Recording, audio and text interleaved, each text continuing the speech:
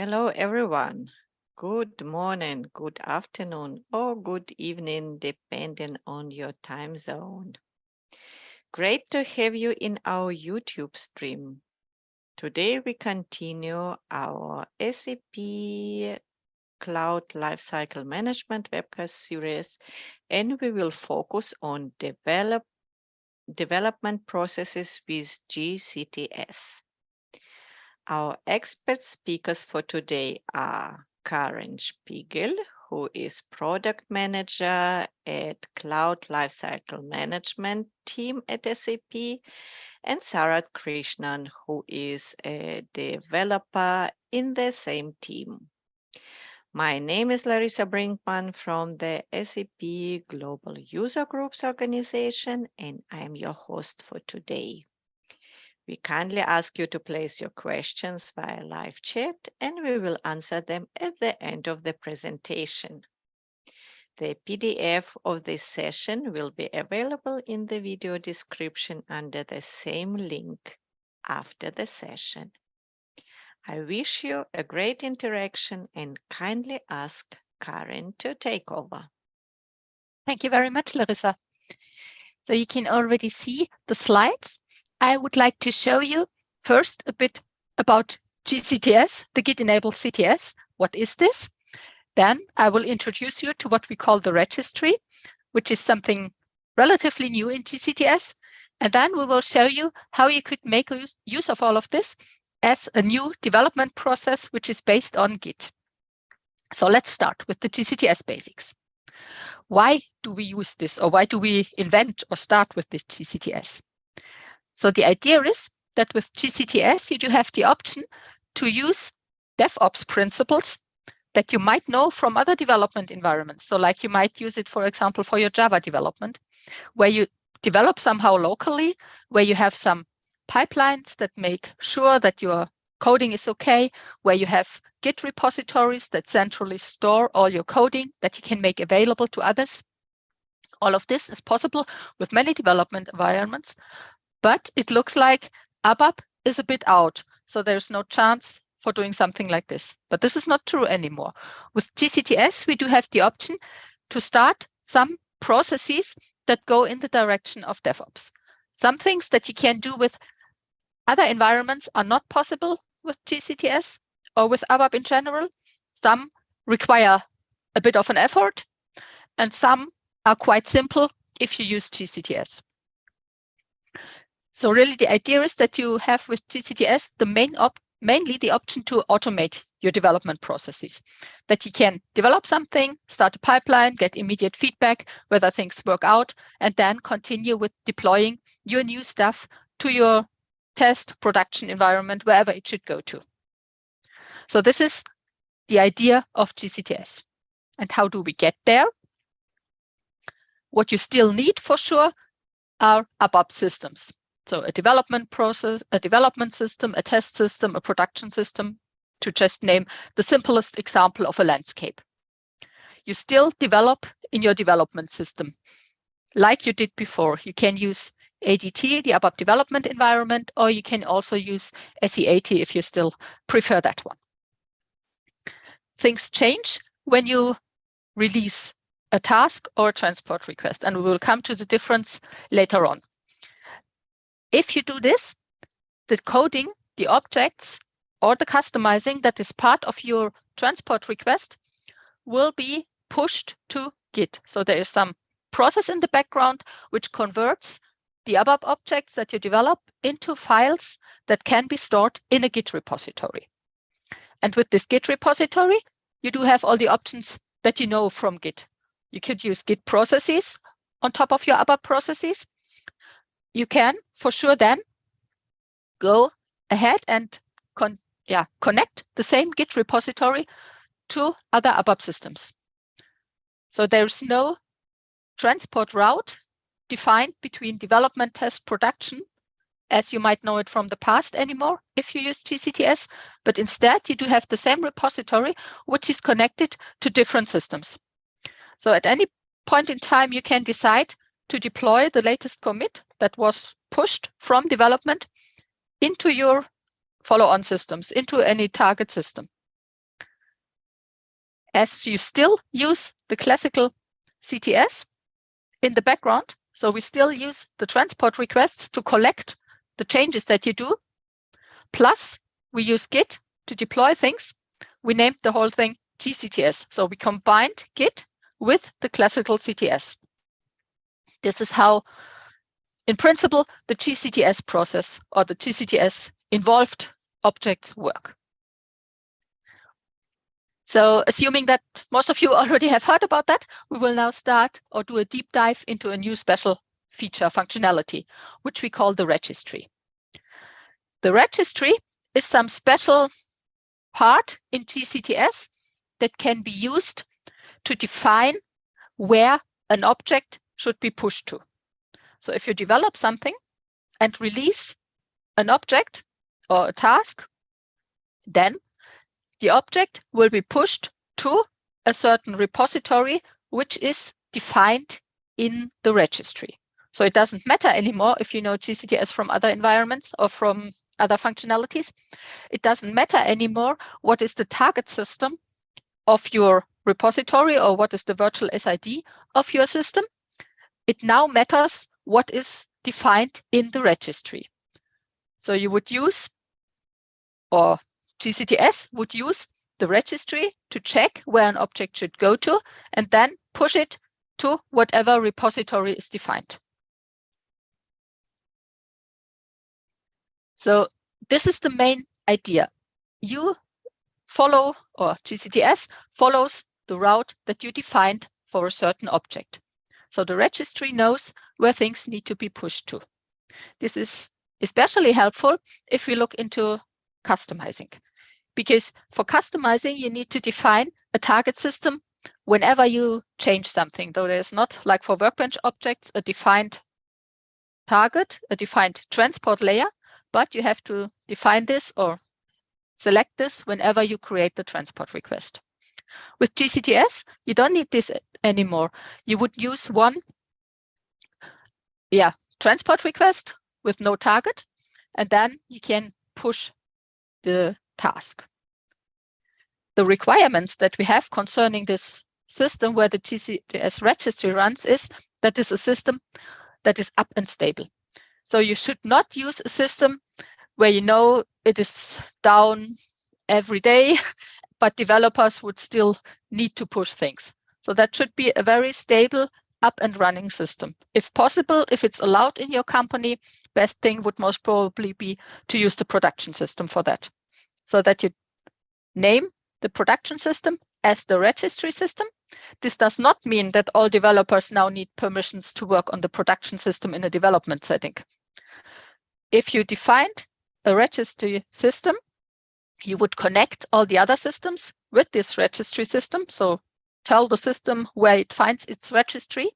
And then on these other systems, not only on the central registry system, on these other systems, you can do the registration of objects. Another requirement is that the system should not be overwritten.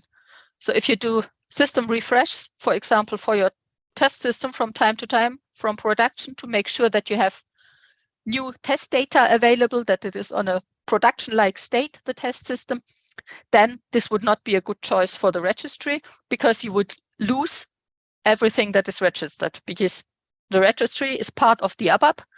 If you refresh the system from production, you would also refresh somehow the registry. So all of what you registered would be gone. Okay. So this is mainly basics of the registry. What we have in addition is, or what we offer in addition, is a sample body implementation. So that's not official coding supported by SAP with the standard support, but that's a sample implementation that you could use to integrate the gCTS registry into the development process. We will show you later on why we need this, and we will show you later on what is part of the standard delivery and what is covered by the body. But first, we would like to go through the basics and give you a demo how things work, and then we will explain how all of this is done. So as I already said, the main use case or the most suitable use case for the registry is to use it for customizing. The thing is that all the customizing objects don't have a tRDA entry. So this is why, as I already said, we need the registry so that we do not have to name the target system whenever a new transport request is created. So you don't need to think anymore about the transport request. You don't need to think anymore about the transport layer. One person or once it has to be done per system, because you have to define in the registry which repository is the target for a certain customizing table, for example. But once this is done, you don't need to do that whenever you touch the object. Our recommendation to start is that you start with one customizing repository to try out all of this. And later on, if you need that, if you have different target systems, whatever, if you have to work with different clients and so on, then differentiate later in different repositories. We don't have a migration tool for that yet, but we plan to do something in that direction so that it's easier for you to register objects or to move registered objects from one repository to another. Okay, now let's look into how this would work in your development process. So the Git repository needs to be made part of your development process. If you use gCTS without the registry, then whenever you release a transport request, you would create a new commit. This is done because of the virtual SID, which is the target system then of the transport request, which creates the transport request, or which creates the commit out of the transport request. With this body implementation, sample implementation that we provide, you can start creating commits already when releasing tasks. Only this might already be very helpful for your development process, because with this, the developer himself who releases the task can directly create a new commit, and with this could maybe start a pipeline on a test system, which would then immediately deliver results back to the developer, whether what he did is okay, whether tests were successful, whatever you run on as part of the pipeline on the target system. So already without releasing or without implementing the registry, you would benefit from this body implementation. The thing is, the difference is, if you had transport requests only as an entity which creates commits, then it's always a very big thing, or it can be a very big thing. If you work with transport requests and you do have many tasks in it, many developers working on the same transport request, this would create a quite big commit when the transport request is released. And this would mean that a lot of things get tested at once, and that when, for example, the pipeline finishes and all tests are done, then you would have to sort out again who was responsible for what and give the task to the different developers to fix things. If each developer would be able to do this directly on his own, then it would be more easy for everyone to understand, for every developer, what went wrong if he gets immediate feedback from the Jenkins server, for example, from the CI server. And then he can easily fix things and create a new push, which would then maybe help all the other developers as well, because their coding is also tested on a working state on the target system. Other things that this body implementation offers is some branch handling. So if you like, you can create new branches. You can check the state of some branches. And there's also some other stuff we will show you later on, where you can find the detailed information about all of what this body implementation could offer. So we have some kind of documentation or help, hopefully, which explains all of this as a blog post in the SAP community. And with this, I would now like hand over to Sarat to show you in a demo how all of this works. Yeah, thanks, Karen. So I would then be responsible for showing the demo. I would like to thank all of you who are here to listen to our product and listen to a presentation and the demo. So let me just give me a minute.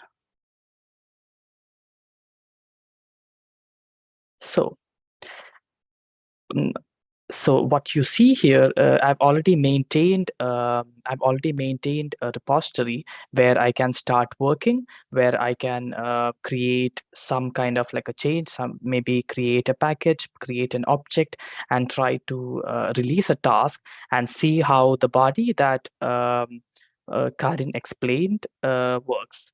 So I would then make some I would then create a package.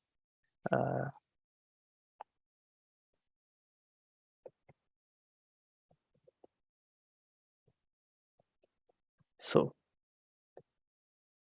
I would then create a package and a class inside it and assign both to as a local transport because we don't want any assignment. Sorry.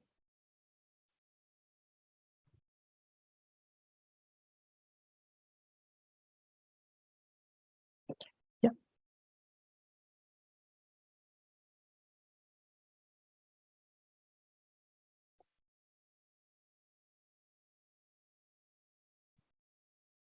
We can't see any.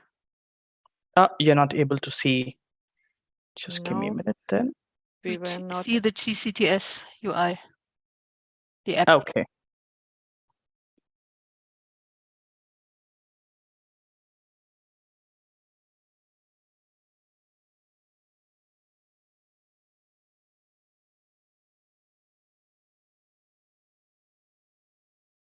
Yeah. I hope now it's fine. Yeah. So let me try creating a package here and create it as a local object.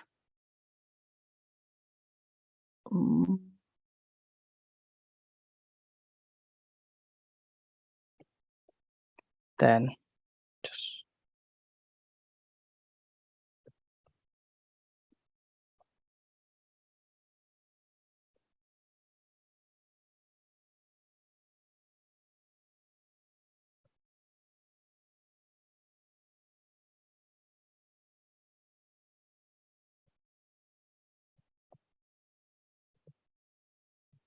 I would provide some software component.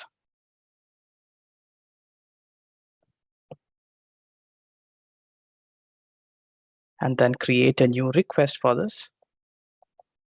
Testing body should be fine, whatever be the text for this. And along with that, I would now add this package so that I can just visualize it and create a new class for that.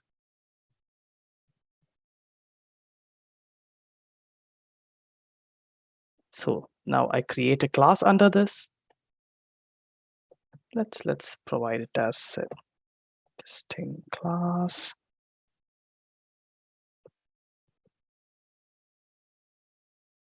Test class. Then, yeah, I assign to the same transport request that we have here. Now we have a package and a class. I'll just activate it so that, yeah, so I've activated it. Now, in order to make use of the body, the first thing that should be done is register the package that I've created now. So now let's go into the registry here. The registry tab is the responsible tab, which helps you register repositories and then objects to that repositories, as Karin explained earlier. And now I try to register this repository here.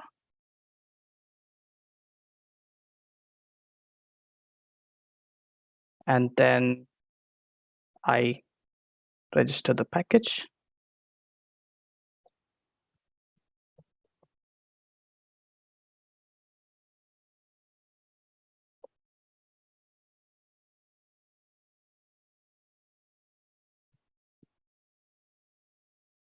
So now the object has been registered.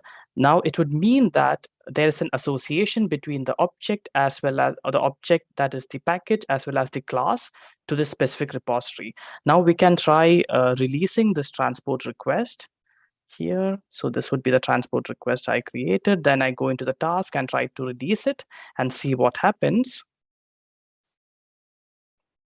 Now the transport request is being released, and we have a body that has been created, which is responsible for taking a look into the registry, seeing if there's any matching values where we register when we try to release a task, and then be responsible to commit and to create a commit and push. So now we see that the transport The task has been released successfully. Let's go into the repository and have a look what changes have been made. So here, let it refresh. Yeah, so here we can see that a new commit has been created with the same transport task number and the message that we see here. And if I go into the repository, I see that the objects has been pushed into the specific repository with the dev.c and a class. And the way that this was managed is because of the how the body was configured. So whenever this body is configured, there is in the SM30, there is some configuration values that you can set up so that you have in control what commit needs to be done and how it needs to be done. So I would just quickly go through it to explain what's happening. So here we have multiple configuration values where initially you can enable a trigger. So this would mean that once you enable this trigger, whoever is the user here, or whoever comes under the user array, or even in the table, you can specify it as a table or an array. They have the access to execute this body, and if any match in the registry is made, then a commit and a push is done. So along with that, we have advanced configuration value for creation of a branch. Then you have something called handling enable. The handling enable would help you switch branches to a specific branch, which this create toggle is also helping with. Then you have multiple checks that's required in the body, because sometimes there are cases where you don't have the user who is releasing the transport task doesn't have permission to release it to a specific repository. It could be also the case that the object has not been activated. The object is in multiple transport requests or other cases. So all of these checks are related to that. More details on what these checks do is there in the documentation from this blog, and this is available. And I think this would be shown in the later slides. And then finally, you have something called the relationship identifier, and this is responsible for understanding how the registry is configured. So in this case, the registry is configured to use a strategy called package. So this would mean that all the objects that are part of a package would be pushed to a certain repository if that specific package is registered to that repository. So in our case, in this demo, we had registered the set package testing body into this into this repository, and this would mean that whenever I release an object from the specific package, it always gets a commit into the specific repository. So yeah, this would all be the demo from my side. I would then hand it over back to Karen so that she can explain a little bit more about the different, how you can get this body into your system and how you can enable it for your use cases. Thanks a lot, Sharat. Yeah. So I will share again. Yeah. Okay. So what you have seen is how the development process would now work. So things start where they always started, for sure. Developers need to change something, create new packages, whatever, and release a task. So this is not touched somehow by the body or by the gCTS process. Only then, when you release the task, the body implementation is used. So it is checked, as you've seen, whether the objects that are part of your transport request or of your, in this case, of your task, are registered. And if yes, they will be committed to the respective repository that is defined in the registry. And this part of the process, that this is checked and that the commit is created when the task is released, is what is under the responsibility of this body implementation. The other part that you've seen, so the registry tab in the gCTS app, where you register the repository, and then later on where you register the package, as you've seen, is part of the standard delivery. So this is available starting with S/4HANA 2020 SP2. So the green parts, registering anything, which someone who is, for example, called a registry manager, so we just invented a role name, could do. All of this is part of the standard. The body adds some coding to your, as a body implementation to your release process, in the classical way of saying it in SE09 or in the Transport Organizer tab, so that whenever you release something, the connection is made to the registry so that it can be checked whether your objects are registered, whether your package is registered on whatever level you decided to go for that. So without the body implementation, you would have your development process and you would have the registry where things are registered, but they would not have any effect on your development process, because this part after the release is not part of the standard delivery. How do you get this? So what you need to do is you need to read the blog post. I will show you the details in a second. But inside this blog post, you will find a link to a sample repository where you can download the coding. This coding is provided without any warranty from SAP. So it's a standard, it's an implementation that we did to the best of our knowledge for sure. And we do not provide any bugs intentionally, but it's not part of the standard SAP maintenance contracts that you might have. You can also download the coding and change it according to your needs. So it's just a sample implementation that we think might be helpful, but if it doesn't fit your needs, or if you have other implementations of the same body that you need to combine to make sure that still things work, that's for sure always an option. This repository is also somehow open source. If you do have additions, you can create them in GitHub. You can make suggestions and then ask for a pull request, and we can see whether we can integrate this. So what you would need to do after you found the sample repository is you would connect your system, your development system, to this repository and then clone it. By this, you would get the coding. So we somehow use gCTS to enable gCTS for the registry. So you use this repository, connect it to your system, clone the repository, and by this, get the latest commit that we currently have in this repository, the coding into your system.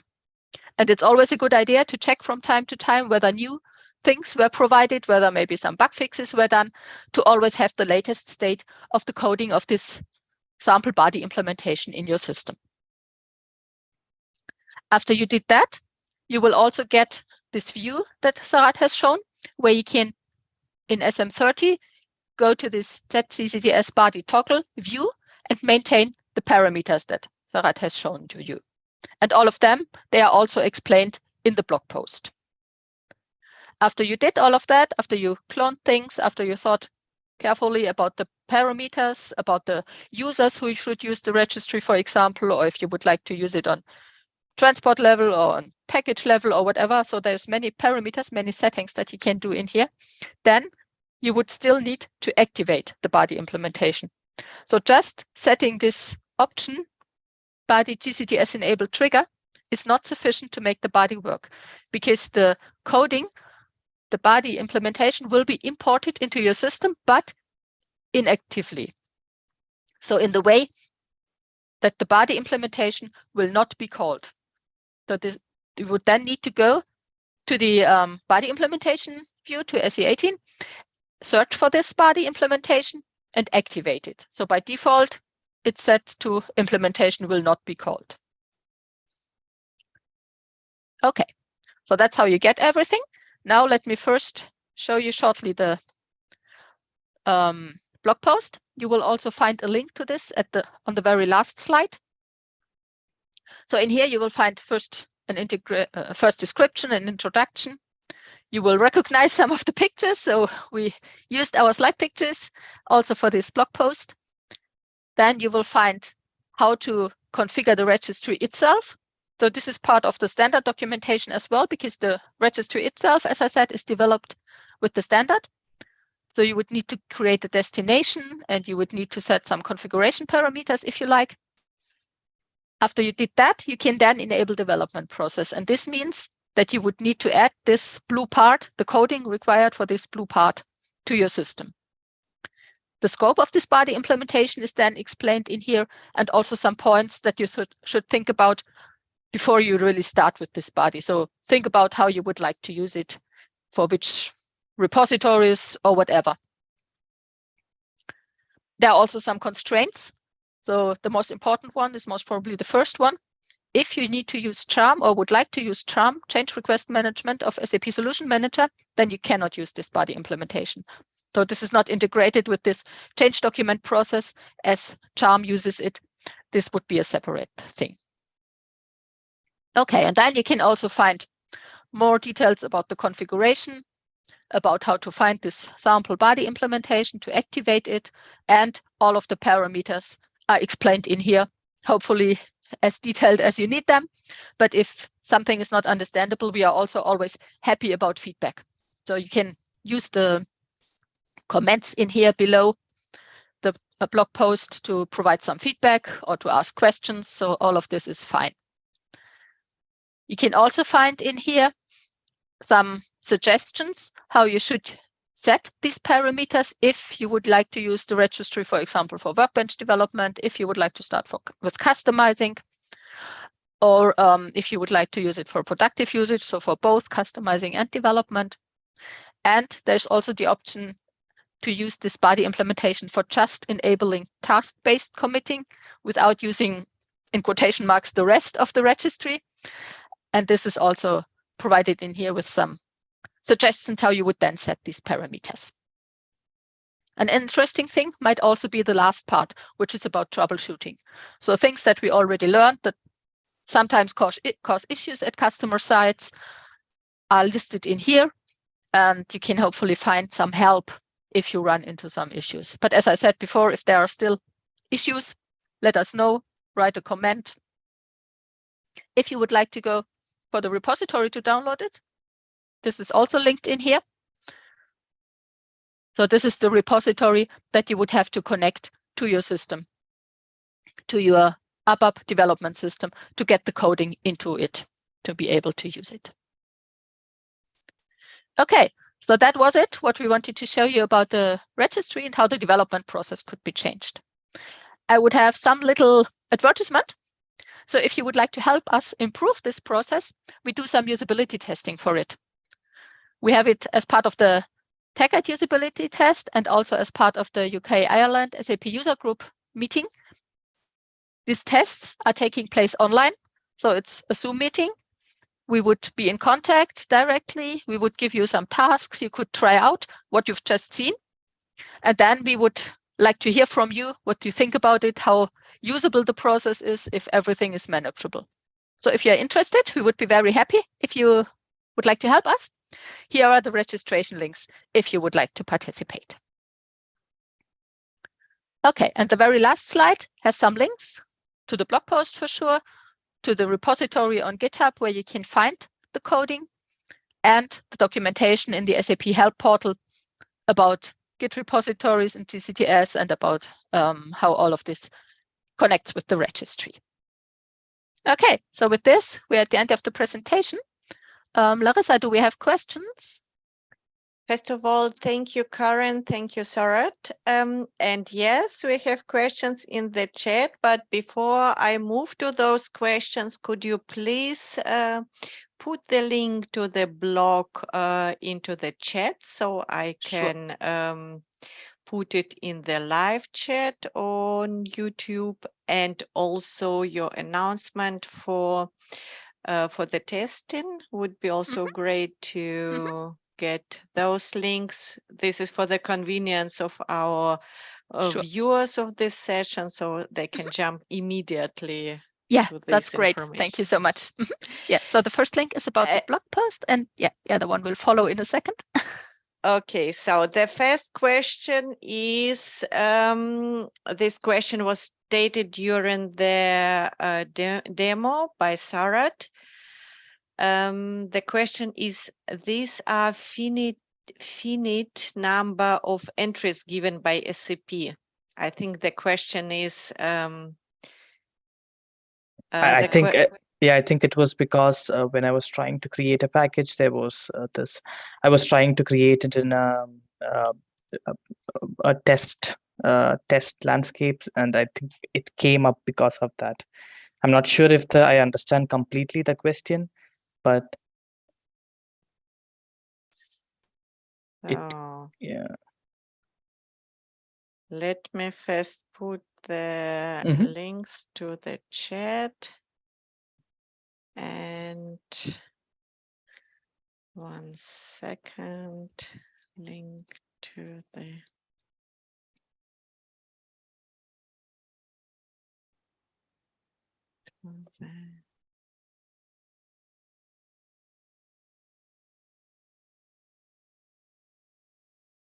so maybe to add, all of these testing sessions are open for everyone. So you don't need to be registered for TechEd, and you don't need to be a member of UK or Ireland SAP User Group. So it's just the events that we took as a frame for these testing sessions, but it's not a must that you are part of these events. Okay. So there is some clarification to the question before. The question was the entries in the Z table that you have shown. Oh yeah, okay. So yeah, but then these are the finite number. If he means by are these the only configurations available right now, then yes, these are the configurations available right now. You are, as Karin explained, you are always welcome to expand the coding so that you can just go into GitHub, create an issue, create a pull request, and if it makes sense for the use case, then we would definitely try to merge that into the code. So until now, all the configuration parameters shown are the ones existing, and you can find all the definition or what it means in the blog post. So I hope this clarifies the question. The answer is understandable. I've also placed all options to participate in the usability testing. We have those links in the live chat. And yeah, it seems the answer was sufficient, and we have thank you in the chat. Okay, So, and even if there are more questions, you can always post that in the blog post, so they can we have a look at it time to time. Right. So you will monitor the interaction connected to the blog post, and we'll be answering the question there. Yeah. Very good. I think this is great for all the participants to know. So now, do we have more questions? Please feel free to state them in the chat so we can answer them live. If not, as I've already indicated, the PDF of this session will be available for download in the description to the video that will stay on YouTube under the same link that you use for this session. So I will also include all the links connected to meaning a link to the blog post and the link to usability test in there. With this, I hope we will then provide all the information that we shared today, also in the description. So for those who will be watching this video on demand, for their convenience, they can, of course, leverage those links. So I can't see more questions in the chat. As you already indicated in the PDF, will be also the information how to reach out to you or to state the questions in the blog post. With this, I hope it was also comprehensive for our audience. Thank you, Karen. Thank you, Sarat, for your presentation and demonstration. And thank you to all the viewers of this session. And we hope to have you as listeners of our session in one of our upcoming sessions. With this, thank you very much for participation and bye-bye.